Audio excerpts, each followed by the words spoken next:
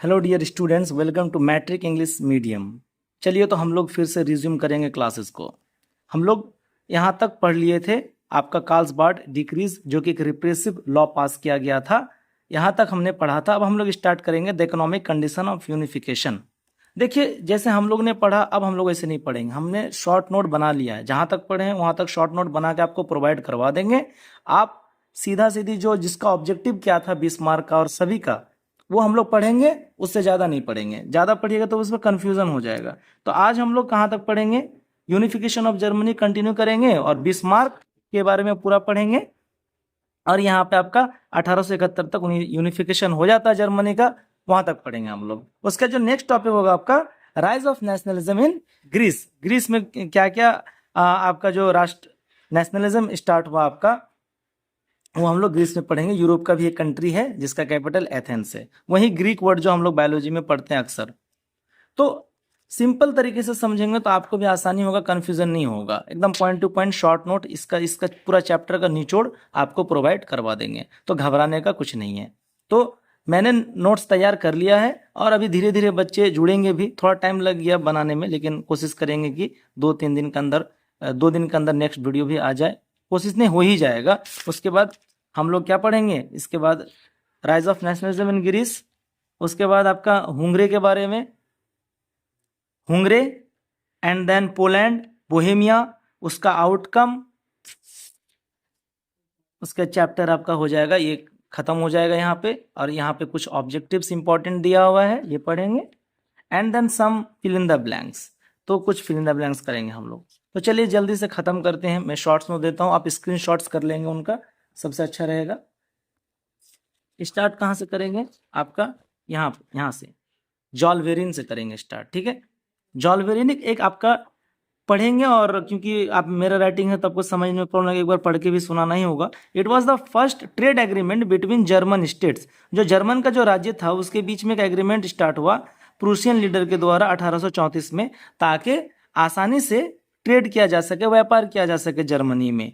और ऑब्जेक्टिव क्या था, उद्देश्य क्या था? To reduce the tariff barrier. जो भी टैक्सेस था बहुत ज़्यादा और प्रॉब्लम होती थी व्यापार करने में, तो उसको खत्म करने के लिए या कम करने के लिए लाया गया था। कौन? जॉल्वेरिन एग्रीमेंट, वो आपका बुक में दिया हुआ है। उसके बाद फ्रेडरिक विलियम आया। फ्रेडरिक विलियम फोर्थ, जो प्रूसिया का लीडर था 1840 से 61, ये एक्चुअली कंजर्वेटिव थॉट्स का लीडर था।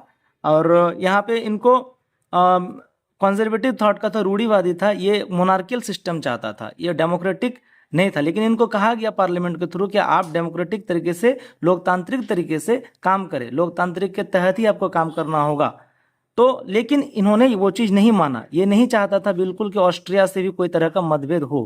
तो इसी वजह से फिर जब इनका देहांत हो गया तो उनका भाई आया विलियम फर्स्ट, और वो रूलर बना आपका फ्रेडरिक के डेथ होने के बाद। प्रूशिया का ये रूलर बनता है।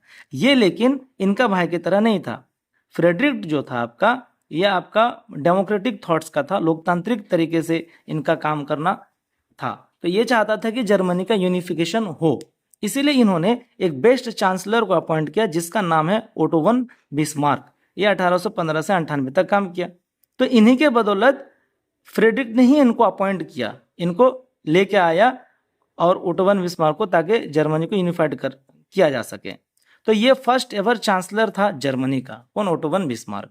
एंड देन इसका ऑब्जेक्टिव क्या था? ये यूनिफाई किया जर्मनी को 1871 में। और ये एम्बेसडर भी, राजदूत भी रह चुका था। कहाँ पे? रसिया में, फ्रांस में 1851 से 62। मीन्स इनको काम करने का पूरे तरीके से तजुर्बा था। पार्लियामेंट डाइट में ये काम कर चुका था। कौन? Otto von Bismarck. तो एक्सपीरियंस का थोड़ा भी कमी नहीं था। इसी वजह से ये अकेले अपने दम पे जर्मनी को यूनिफाइड करके दिखाया। अब नेक्स्ट चलते हैं। उसके बाद देखिए, he was against monarch. Monarchial system के खिलाफ था ये। मोनार्क आप समझते हैं, जहां पे जिस देश में राजा के द्वारा शासन किया जाए उसको मोनार्क देश कहते हैं। बिस्मार्क कैसे यूनिफाई किया जर्मनी को, ये पहले देखेंगे। देखिए, ये शुरू में स्टार्टिंग में ही found best way to unify the Germany. Initially, शुरुआती में, ही attacked Denmark and captured Schleswig and Holstein. ये स्टेट्स है एक्चुअली, सेल्सविग और होलिस्टीन स्टेट्स है जर्मनी का।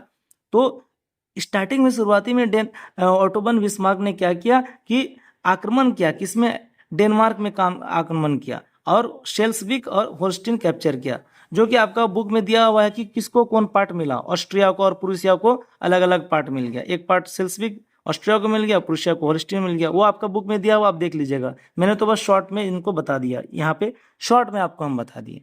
अब देखिए क्या हुआ कि इसका टैक्टिक्स क्या था बिस्मार्क का, कि इसने अटैक किया डेनमार्क में, और उसके बाद for the unification of Germany Bismarck fought 3 वार, 3 जंग लड़ा, 3 बार इनको विद्रोह करना पड़ा, लड़ाई करना पड़ा।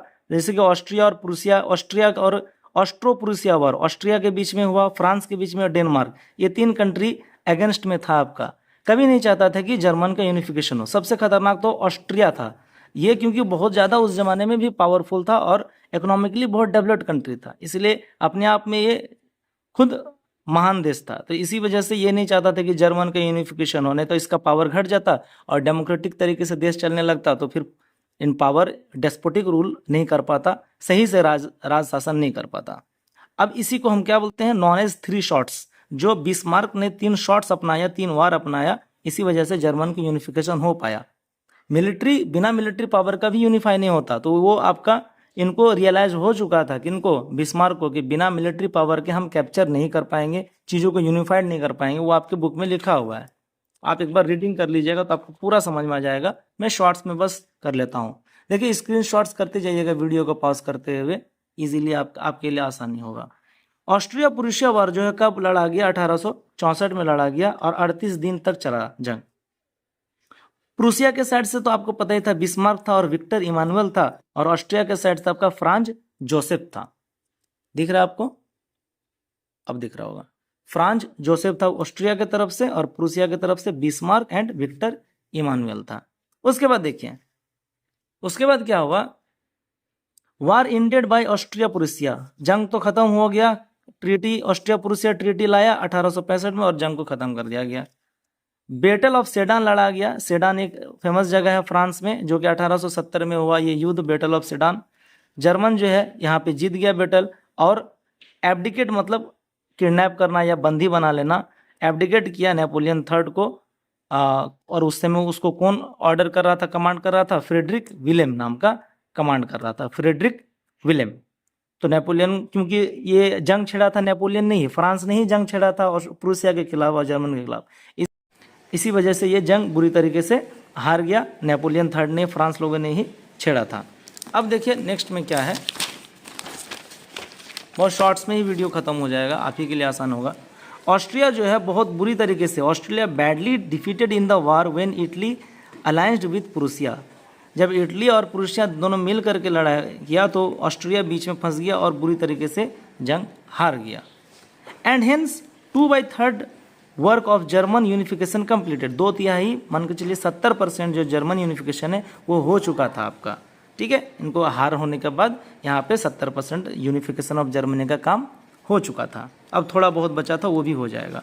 ऑस्ट्रिया जो है कभी नहीं चाहता था, Austria never wanted to unified Germany because Austria was very powerful and developed economy, already वो विकसित था, वो तो मैंने अभी जस्ट डिस्कस किया। बिस्मार्क को फिर समझ में आ गया कि Bismarck realised that without strong military power unification of Germany was almost impossible. तो मिलिट्री पावर के बिना कभी भी जो है बिस्मार्क का जो बिना मिलिट्री पावर के कभी भी यूनिफिकेशन असंभव था, इसीलिए उन्हें मिलिट्री पे बहुत ज़्यादा ध्यान दिया बिस्मार्क। उसके बाद क्या हुआ, after that French ruler Napoleon declared war against Prussia in 19 June 1870 and French defeated in the sedan battle. Sedan battle में फिर इनका फ्रेंच का, नेपोलियन का हार हुआ और वहाँ से एब्डिकेटेड, उनको बंदी बना लिया गया। अब देखिए उसके बाद लास्ट में क्या हुआ, आप स्क्रीनशॉट्स ले लीजिए और इसको पढ़ लीजिएगा। ठीक है, लास्ट में आते हैं, यहाँ देखिए क्या हुआ उसके बाद। And finally for the peace between two nations treaty of Frankfurt, treaty of Frankfurt लागू हुआ आपका 1871 में, और जर्मनी जो है कम्प्लीटली यूनिफाइड हो गया 1871 में। तो ये आपका कंप्लीट वहाँ तक कहानी था। तो यहाँ से मेन काम क्या था, होल्स्टीन और सेल्स वीक को कैप्चर करना, मेन वो चीज़ था। वहाँ से बढ़ गया और ऑस्ट्रिया और डेनमार्क, 3 कंट्री था प्रॉब्लम, ऑस्ट्रिया, डेनमार्क और फ्रांस ऑपोजिशन में था आपका। कभी भी ये नहीं चाह रहा था कि जर्मनी की यूनिफिकेशन हो, ठीक है, क्योंकि इन लोग का पावर घटने वाला था। लेकिन फाइनली बिस्मार्क ने वो काम कर दिया जो बहुत लोग नहीं कर पा रहा था। सबसे पहले बिस्मार्क आया और जंग 3 शॉट्स लड़ा, 3 जंग लड़ा, 3 वार लड़ा, जिससे आसानी से आपका यूनिफिकेशन हो सका, नहीं तो फिर असंभव था। अब हम लोग यूनिफिकेशन जर्मनी कैसे जर्मन यूनिफाइड हुआ 3 संघर्ष के बाद। अब उसके बाद हम लोग नेशनलिज्म पढ़ेंगे किस पे, ग्रीस पे, एथेंस पे, कि वहाँ पे जो आपका राष्ट्रीयकरण कैसे होता है, ग्रीस में कैसे फीलिंग आपका लोगों के अंदर जागरूकता फैलता है। तो मिलेंगे हम लोग नेक्स्ट वीडियो में। धीरे धीरे हम लोग इसी तरह शॉर्ट्स नोट्स बनाएंगे और आपको पढ़ाते चलेंगे, हिस्ट्री आसानी से समझ में आ जाएगा। और ज्योग्राफी के लिए तो आपको सोचना भी नहीं है, उसमें कोई दिक्कत ही नहीं होगा। तो थोड़ा सा प्रॉब्लम होगा तो आपको थोड़ा बहुत वर्ल्ड हिस्ट्री में ही प्रॉब्लम होता है बच्चों को, अदरवाइज़ कोई चीज़ में प्रॉब्लम नहीं होगी, बिल्कुल भी नहीं होगी। इसलिए मैंने जितना तक क्वेश्चन आएगा, आपको बोर्ड पास करने से मतलब है, आपको 90+ % लाने से मतलब है। तो लाइन बाय लाइन पढ़ लेंगे, आप आसानी से क्लियर कर लेंगे। बस इसको एक बार शॉर्ट्स नोट इसीलिए दे रहे हैं कि आप अपने पास रखेंगे लिख करके, शॉर्ट रिवीजन कर लीजिए, क्वेश्चन आंसर उसी समय बन जाएगा आपका, इसीलिए रखना बहुत ज़रूरी है शॉर्ट नोट। तो चलिए मिलते हैं नेक्स्ट वीडियो में, तब तक के लिए टेक केयर।